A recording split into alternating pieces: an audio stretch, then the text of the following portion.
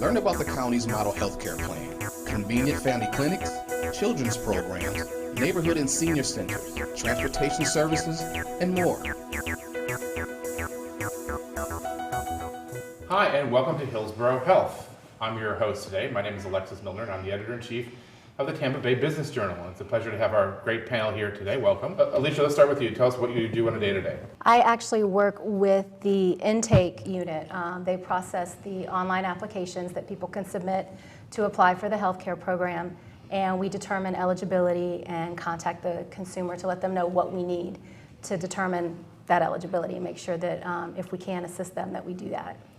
Hope you have a business. Tell us about what you do day to day. I work construction and residential cleaning. I'm all over Tampa Bay area, and I've been doing it for 5 years. I'm in member services for the healthcare plan. What we do is provide the day-to-day contact that clients might need. If they have any questions, they can call us, helping them out with how to enroll, how to re-enroll, pretty much there to answer whatever questions they may have or any needs that may arise as they're on our plan or trying to get on it. And Jim? Well, Randy and I work in the same unit, so we kind of handle the customer relations and customer service on both of those aspects. And then we also handle a lot of our administrative referrals on a one-on-one basis. A lot of times the client understands what we're asking for and they'll submit it. But what will happen sometimes is they're not quite sure what we need and what we're asking for. And that's where our customer service is such a big help for us, because they can spend a little extra time with the consumer to go over, exactly what we're asking for. It does appear that more people are finding out about the county program, and where the county program is different from the Affordable Care Act, it's for people at 100% or below the federal poverty guideline, whereas the Affordable Care Act is at 100% and above. People who didn't know healthcare was an option are getting curious and asking questions. They're calling us, and we're finding that a lot of people that didn't have any idea where they could get coverage are finding they can, are applying and qualifying for the plan. Hope, when did you've been a consumer of this program for many years, right? Years. How I first found out about it was through Neighborhood Service Center. And then I had some medical issues that I needed to take care of, and they were there to help me take care of everything. Right. I mean, you're a testimonial success here, and sometimes the prevailing notion is that, wow, how am I going to navigate a system like this? This is going to be hard. Nobody's going to be there for me. But that's not been the case for you.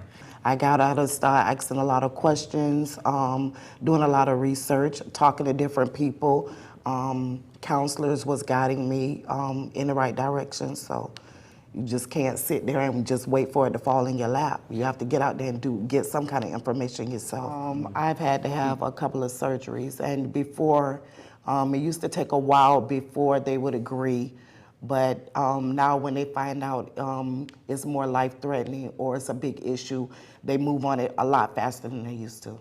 What are some things that we need to take care of in terms of talking about eligibility that are important to communicate? You must be a resident of Hillsborough County. Income eligibility, you have to be, as Alicia noted earlier, at or below 100% of the federal poverty guideline. And then we have an asset criteria that you need to meet the assets be below a certain level of assets. And when we talk about assets, you're allowed to have some. I mean, a single person is at $5,000, a two-person household would be $6,000, and then it incrementally goes up. So we have to document somebody's eligibility, and that requires that they need to submit us verification of their income, of their residency, and of their asset levels. One of the biggest things that we try to meet is the residency requirement, to verify that people are, in fact, county residents. And one of the things I'll find when I talk to people that have recently enrolled is they don't know necessarily or don't have a great grasp of what this covers. You can see a doctor. Should you need to see a specialist, you'll get a referral to a specialist. All those visits are with zero copays.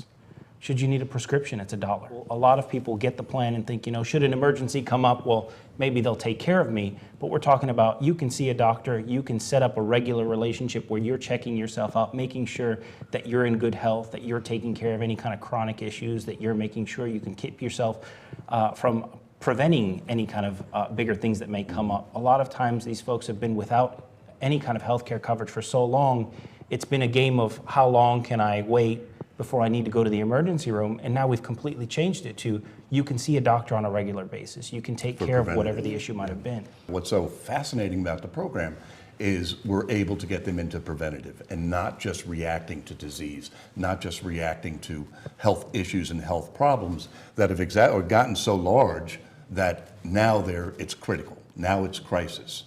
We're able to get folks in at a much earlier time, even if they're going in for a physical. And then we may be able to capture some issues that may be developing and take care of it then when it's much more affordable and it's going to be a much more better treatment plan for the patient. The patient isn't going to have to go through the ravages of disease. We want to talk a little bit about the process that's recently changed about re-enrollment. There's maybe some confusion out there about that process. So let's make sure it's clear to our viewers. During the course of the enrollment, when a person is enrolled, if their situation does change, if they move, if their income changes, it's real important for them to contact, and they can contact us at Member Services, 272-5040, so that we can make the change. We'll update their address in their case. This way, when we do send out the recertification letter, we know we're sending it to the proper place where that person will be able to get it. The website's insight, insight.hillsboroughcounty.org. It's a short application. You do a little bit of a screening up front, do an application afterwards, fill that out. Part of Alicia's team will take care of that, look through your application, mail you the packet, let you know what you need. Should you have any questions, give us a call. We'd be more than happy to help you out. It couldn't be any easier. Yeah. There was a young lady in her 20s that over the weekend had a little bit of a fainting spell, lost consciousness, went to the emergency room, found out she had a tumor. And it could have been cancerous, they weren't sure, but it was pretty bad. She gave us a call on Monday. We went through our expedited review process where if someone has a very urgent need, something that really needs to get taken care of, we've got a way to kind of speed it up where we work together with Alicia's team and our nurses we have on staff and get this person enrolled. We were able to get her enrolled in the plan that same day on Monday. We got her a referral to a specialist. She got brain surgery on Wednesday. They were able to do some surgery, and she's in the process of recuperating now, and things are looking good. I believe a lot of people are surprised at how easy the process is now. And as Hope was mentioning, we do everything through mail, through fax, through phone calls, what we can try and help them verify.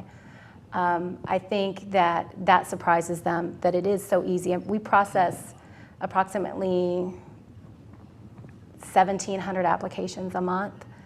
And are able to get all of those applying their packets and follow up with them. I do believe that more people are paying attention to it now and trying to get health care. And I think a lot of younger people have paid attention and are applying, thinking about their future and making sure that they have good health care coverage. Right. Phone number for the communication services is 813-272-5040. Yes. Correct. That's your office, that's the communications office. Don't hesitate to call us at 272-5040. We could look at your case, we could look at whatever questions you have and try to answer those and try to guide you in the direction. If it's concerning requirements, if it's concerning access to your clinics, etc. Just if you have a question, reach out to us. We'll be there to answer your questions. So I think with that, this has been Hillsborough Health. My name is Alexis Milner. It's been a pleasure being your host. And go sign up if you're not getting health care and live a healthy, preventative healthcare life. We'll see you again soon.